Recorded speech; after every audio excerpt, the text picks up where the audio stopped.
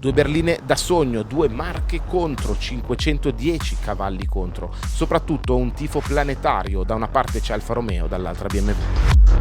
Oggetto del contendere, titolo berlina da famiglia più sportiva. Ma siamo sicuri che sia tutto vero oggi? Non sono il sogno di ieri in un mondo che sta andando da un'altra parte?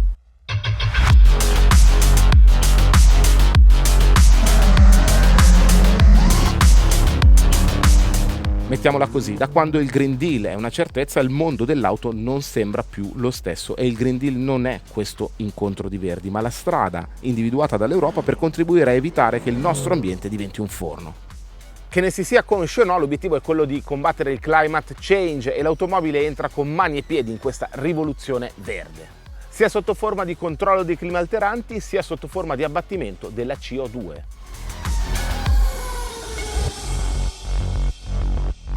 Roberto, per favore, parlami della formula killer. La formula killer altro non è che una formula che serve per calcolare qual è il valore di emissioni consentito per ogni singola vettura, perché i 95 grammi famosi di cui tutti parlano è un valore medio. Se una vettura è più pesante, in base a questa formula avrà una soglia maggiore. Se una vettura è più leggera, dovrà avere una soglia di emissioni di CO2 consentita inferiore.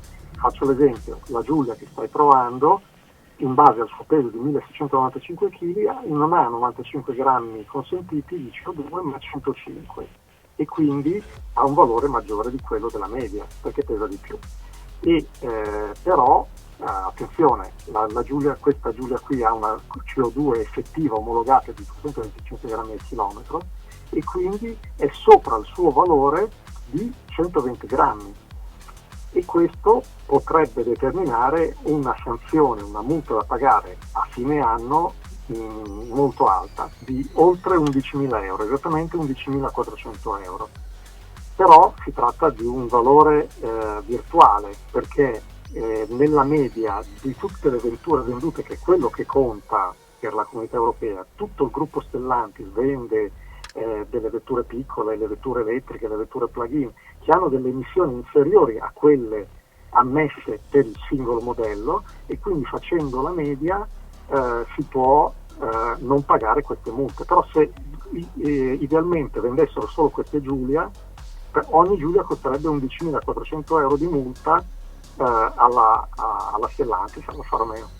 Un altro esempio simile, la M3 che anche tu stai provando in questo momento, in base al suo peso di 1630 kg, la sua soglia di CO2 ammessa sono 107 grammi al chilometro.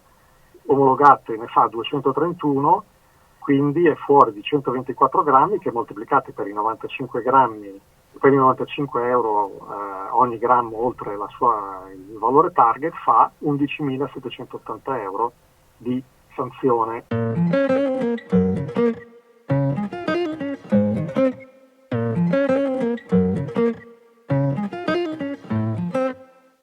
Quindi il costo del loro inquinamento dichiarato renderà auto così come queste sempre più rare e per questo costose. Soprattutto dal 2025, anno in cui le regole sul contenimento della CO2 diventeranno ancora più stringenti.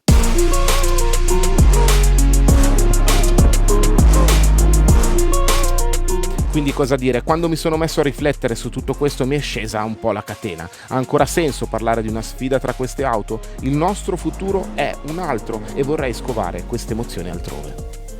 Sotto un certo punto di vista, quindi si può dire che il mito della berlina sportiva, questa sportività godibile quotidianamente, rischia di soccombere sotto il peso del suo costo, così come rischia di soccombere di fronte alle prestazioni di auto che nel frattempo hanno raggiunto un livello di specializzazione addirittura superiore. Sto intendendo auto che, se parliamo di prezzi, sono lì a un passo rispetto a queste berline. Lorenzo, di quali emozioni stiamo parlando? Allora, stiamo parlando di due berline con due motori, anzi veramente generosissimi, perché qui ci sono cavalli e coppia a palate, tutte e due turbo, 6 cilindri, uno lì e uno a V, ma coppie potenza palate, quindi ne hai da divertirti finché ti pare.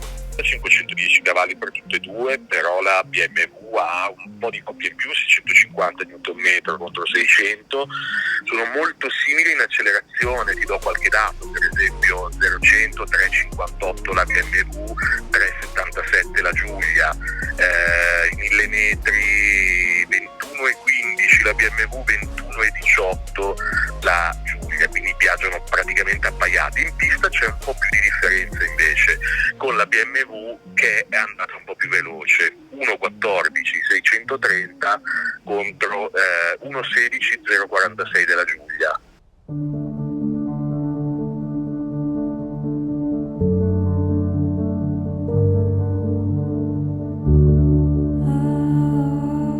Però al di là del tempo cambia anche, diciamo, il feeling di guida fra le due macchine, questa volta a mio avviso un po' a favore della Alfa Romeo, della Giulia. Il problema della BMW è che sembra un po' più pesante di quello che è, rolla un po' di più, se avesse meno coricamento in curva sarebbe un po' più agile nei cambi di direzione, mentre la Giulia te la senti molto più cucita addosso, che fa quello che vuoi tu e lo fa in maniera più veloce.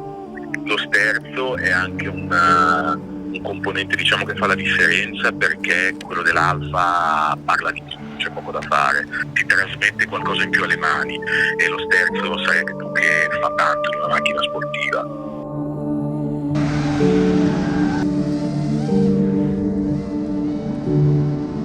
Temevo che un giorno mi sarei trovato ad affrontare temi di questo tipo, e quel giorno è qui, dove il confine tra etica e divertimento diventa così sottile che qualche domanda viene da farsela. Davanti a queste auto mi chiedo se saranno proprio loro le sportive che rimpiangeremo di fronte ai perimetri imposti dal legislatore. In fondo, ad esempio, una Tesla Model 3, per come si pone e quanto va forte, è un po' la rappresentazione plastica di come Alfa Romeo con questa Giulia e la BMW M3 affondino le loro radici culturali in altre epoche, altre ere geologiche. Mi domando anche se dualismi come quello tra BMW e Alfa Romeo continueranno ad appassionarci, ma questo è un altro tema che impareremo a conoscere nei prossimi mesi, e c'è da scommettere che tutta la loro tradizione troverà forma e dimensione anche nelle pertinenze elettriche. Libero spazio ai commenti, ora ognuno deve dire la sua, questo è poco ma Green Deal.